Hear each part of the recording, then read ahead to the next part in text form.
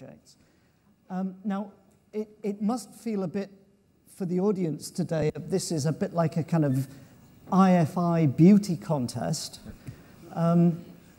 Well, because there's no chance that I would ever win a beauty contest in mine, I think I'll speak a little bit differently. And actually, I think I just want to leave you with one message, and that's that the European Investment Bank, the Bank of the European Union, AAA, with an excellent NPL's record, sorry, it was stronger than me, I just couldn't help it, is a major funder of energy sector worldwide, and in particular in Greece, where we are proud financiers and supporters of PPC, have been for a long time, and will be, I hope, for a very long time to come.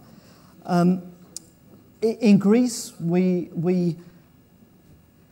lend around about, this year, don't hold me to this, we may not get quite there, but it'll be around, not just for energy, it'll be around 2 billion euros. This is a significant sum of money.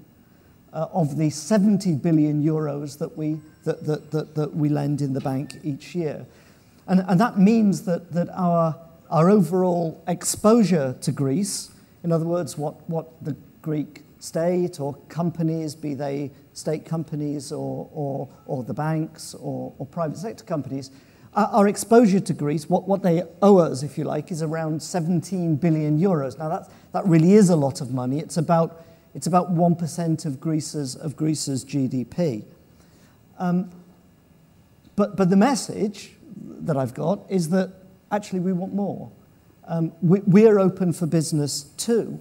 In fact, we have a very strong appetite to do more, and in particular, though not exclusively, in the further deployment, as you heard earlier today, of the Juncker plan, the investment plan for Europe, where to date, actually, Greece has done phenomenally well. Around about, Greece has already benefited to the tune of around about 1 billion euros of Juncker plan financing, which you heard today has mobilized some 3 billion of debt. But the good news is that we want even more. So we too are absolutely open for business, for projects that meet our actually rather simple but very important criteria. First of all, that projects must be financially sound. Like colleagues, we're a bank. We lend, we invest, we expect to be repaid. Secondly, that projects need to be technically robust and strong. Thirdly, that they need to be environmentally sustainable. And fourth, something I'll say a little bit more just in my last couple of minutes, they need to be economically worthwhile. And where projects meet those four criteria, then EIB in Greece, then EIB will finance them. The constraint on the lending that we do in Greece is not the availability of our funds. It's the rate at which projects which meet those criteria can be brought forward to us. Now, in turning to power and Greece, where do we expect to see, what would we expect to see the major investments that we're going to be financing over the next few years? Well, there are many, but I'm just going to talk, I think, about three subsectors, if you like. First, and maybe foremost, renewables, and in particular, wind energy. And in respect of wind, where we'll be working inter alia with our colleagues in PPC, we'll be working through project financings. We recently closed a project financing in the wind sector, and we'll be working, also able to deploy our corporate lending. We are particularly excited and looking forward to the conclusion of the auction process. It's extremely important that this is done well and right in Greece.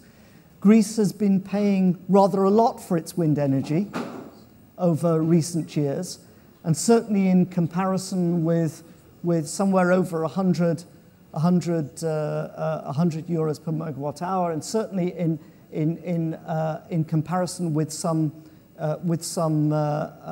European countries, we can do better, and we're looking forward to the auction process, a well-run, well-managed auction process to really encourage competition, to bring in international investors and really drive down the cost of wind energy in Greece.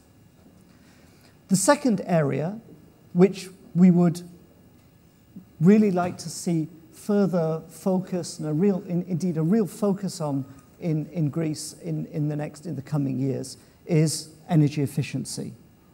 Now, there are two things that I think pretty much everybody would agree about on energy efficiency. First of all, that it is by some margin the most cost-effective way of achieving environmental performance improvements that we know are essential. So that's the first thing everybody agrees on. And the second thing that everybody agrees on is we're not doing it. We're not doing it anything like the scale that's necessary to work to potential. Now, there are some good reasons for that, or certainly there are some reasons that the economists in the room will understand. In the domestic market, we know that particularly in the domestic rented sector, there's a misalignment of incentives between the beneficiaries of the investment and those who pay for the investment. We know in the corporate sector, similar problems can apply as well, and problems relating to the ability of banks to finance against the prospects of future energy savings, which many banks have not, unfortunately, been able or capable of doing. That's been a problem in the corporate sector.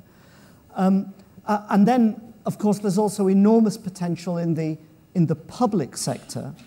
And here, it seems to me, this is the area where the economic constraints that apply in the other two sectors that apply least, actually.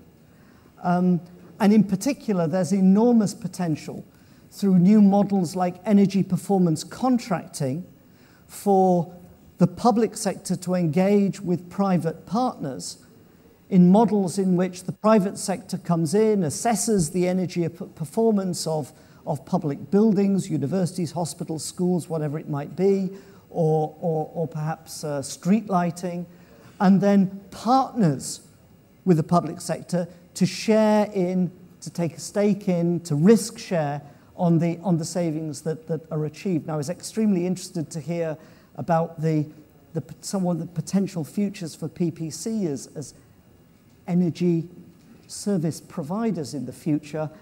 It would be wonderful if this is an area in which you could begin to develop, and EIB will certainly be available to support you.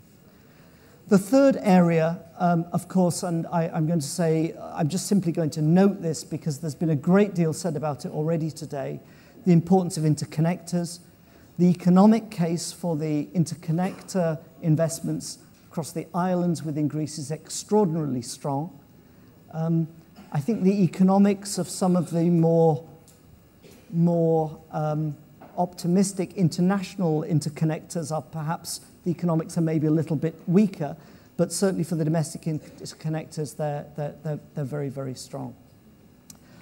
But let me finish with coming back to economics, and I'm an economist, so apologies for that. It's where I like to start and where I like to finish. It's extremely important to EIB's business model that we will never finance projects which are not economic, that do not pass our tests, our cost-benefit analysis tests of economic performance. And there are three reasons for this, and it's really this point that I would like to leave you on. The first reason is that why does EIB invest in Europe? We invest for growth, we invest for jobs, we invest for economic development. And you cannot achieve growth, jobs, sustainable growth, jobs, and economic development by investing in uneconomic projects. Secondly, although not all projects which are economic are necessarily financially sustainable, I personally find it very difficult to believe that there are financially sustainable projects which are not economic. And this has been a lesson, I think, of infrastructure investment across Europe over a number of years. So we see a synergy, almost a symbiotic relationship, between strong economic performance and strong credit performance. And the third reason why we will only ever focus on projects which are economic is that we too look to catalyze investment from others, and notably from the private sector. And the fact that EIB will only finance companies, so it's really it's a sector association which in Brussels represents the entire value chain.